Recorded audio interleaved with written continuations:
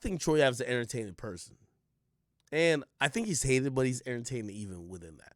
So, I want you guys to watch it, kind of give me like what you really feel about it. Um, Man, I don't know who's right or who's wrong. I wish the best for Taxstone, Casanova, and Troy Ave. Hopefully, they could all be free. And honestly, if you ask me, it's a really dumb incident that I hope never happened. Okay? Somebody says Utopian season. Say, what's going on with Malu and Travis? Malu is chasing clout. Travis never signed her. But now Travis won't really respond to shit in the next couple of weeks. Really, I think the next couple of months, because he won't be forgotten by the mainstream audience and the base he had, at least for a while. So he's going to not say anything. It's sad that people like Malu would actually act like, yo, Malu was never signed to Cactus Jack Records. Let me just tell you the truth. I believe Don Tolliver is signed to it or has some type of paperwork with it. But for the most part, like most of these people were never signed to Cactus Jack, ever. For example, Smoke Perp, never signed to Cactus Jack. They're using Travis Scott as a name and a brand to act like they're associated with him. Kind of like how, who am I talking about? Kind of like how, what the fuck am I talking about?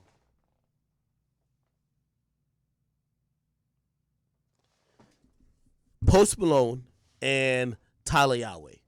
Except Post Malone and Tyler Yahweh, they're actually really cool. And he wants to get him on. But for the most part, people use other people's names to like get deals, this and third. Like, it's just not real. You know?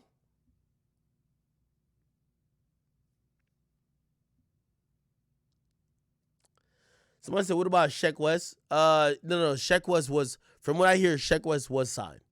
So, Sheck West was signed. Sheck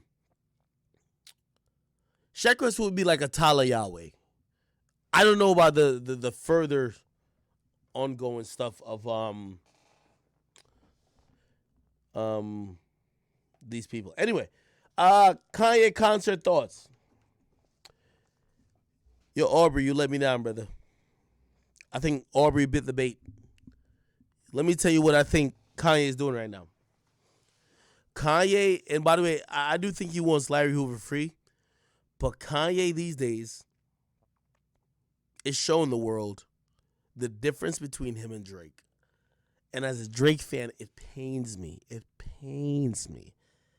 It's been like, it's like, Paul, it's like, it's in my gut. Like, it's hard for me to say that recently Kanye is showing us the difference between the music he makes and Drake. I think everything he did was an example of it. Drake came out, performed Way Too Sexy. Come on. Girls want girls. Now, this has come from someone who defended that Drake that would win a versus if it was Donda versus CLB, but Kanye, every time he aligns with Drake, shows us why his music is more meaningful and lasts longer. I watched Drake, and I gotta think Drake was fooled. I watched Drake perform Knife Talk, and it was awkward because he was like, yo, everybody here, sing 21 Savage part. And it felt awkward because, like, the song starts out with the tempo that was set by 21 Savage. It was weird.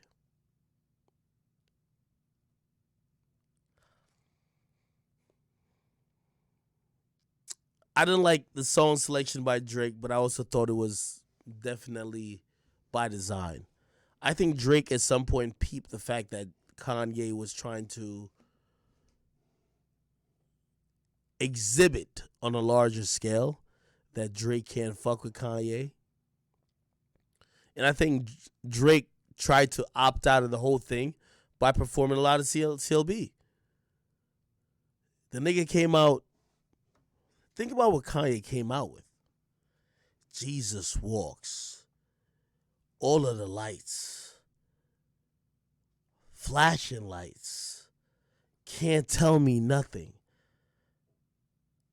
Like, bro, he came out with it all. Like, it was interesting. So, I don't know. Like, obviously, I think Drake is doing all this because of Jay Prince. But I do gotta wonder though. It's like I feel like Drake is watching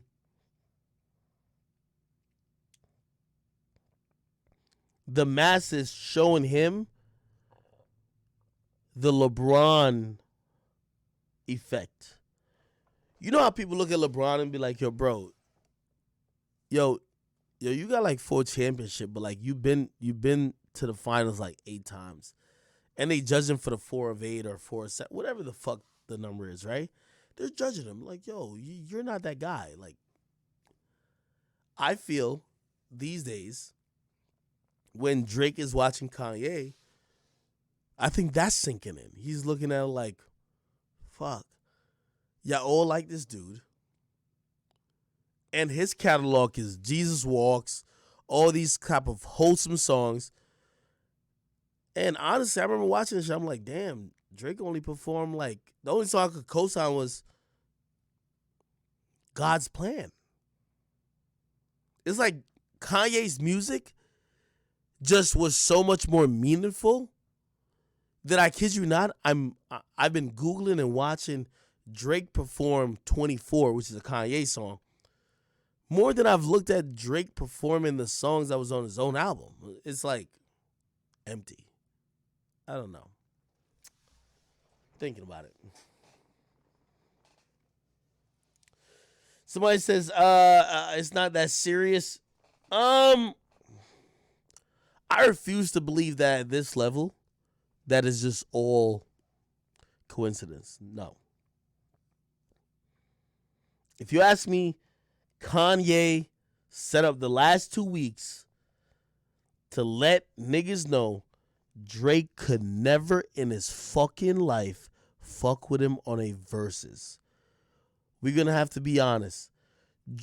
Kanye, even when he went to not Coachella, Rolling Loud to everything, his crowd control, his crowd presence, like the way he performs, he made it. I'm going to be honest with you. Before 2 weeks ago, I would have gave Drake the nod in most of these things. He made it clear that, yo, him and Drake, as great as Drake is, Drake ain't him. And I'm going to be honest with you. In a very subtle way, I looked at him like, damn, this motherfucker is good. It's not way more bangers. It's just like, bruh, put it like this. It was a Free Larry Hoover concert.